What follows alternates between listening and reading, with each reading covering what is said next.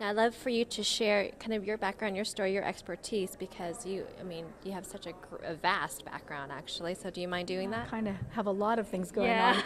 on. Well, I am an author and speaker, and I'm passionate, as I said, about helping people create powerful relationships, whether those relationships are with their sweethearts in the form of romantic relationships, or in the household with their kids, with their parents, with each other, or in the workplace, in the corporations and teams. And here at CEO Space, we talk a lot about teamwork.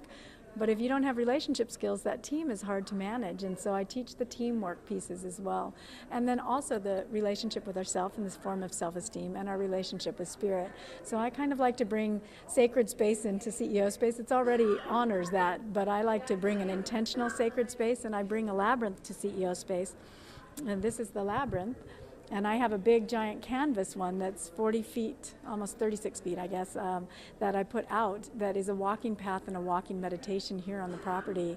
And I just put it out so people, because when you really are pursuing something you love and you're passionate about it, it starts to get kind of stressful about Wednesday when you're not really sure whether you're going to get the contacts you need, or whether you can do it, or self-doubt creeps in, or like it starts to get so stressful. And I just really love to have a place where people can go and just, with an intention of connecting to spirit, connecting to our intuition and wisdom, and plugging into resourcefulness, and coming back out into this environment again from a renewed place. And so I bring the labyrinth here.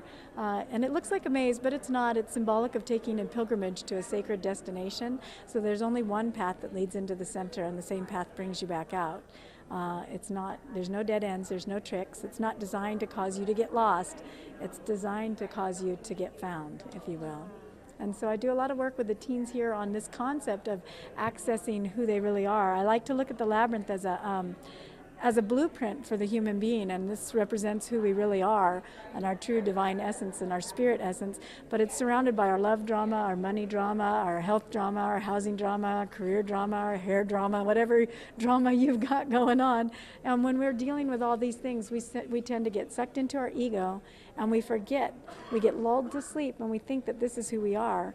And we forget that we have access to this amazing resource where we can tap in and get centered and get strength and resilient, and we can handle anything. We can handle any dramas, love dramas, death dramas, money dramas. We can handle any of those if we can tap into source to do it. But if we try and do it from out here, it doesn't work so well. I do have a book on the labyrinth as well, and the spiritual journey of life. So Way of the Winding Path is my book on that.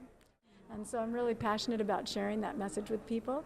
And I have a beautiful place on Maui called the Sacred Garden that's a destination for that. And we have a beautiful garden that's free. It's part of a nonprofit.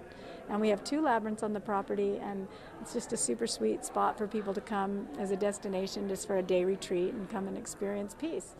I'm pretty passionate about peace. And in the realm of relationships, I do relationship coaching. I have 3 books on relationships: Intellectual Foreplay, Virtual Foreplay, and How to Love Your Marriage, and really focus on helping people choose the right partner. And then once you find the right partner, how do you keep that relationship thriving, which is a whole nother ballgame.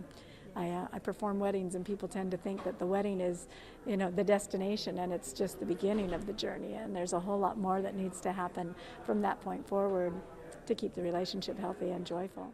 So I do a lot of writing, I do a lot of speaking, a lot of coaching, a lot of one-on-one helping people, as well as bigger audiences, and helping people really find their own inner peace, their own inner wisdom, their resilience, their strength, and then take that back out into their world.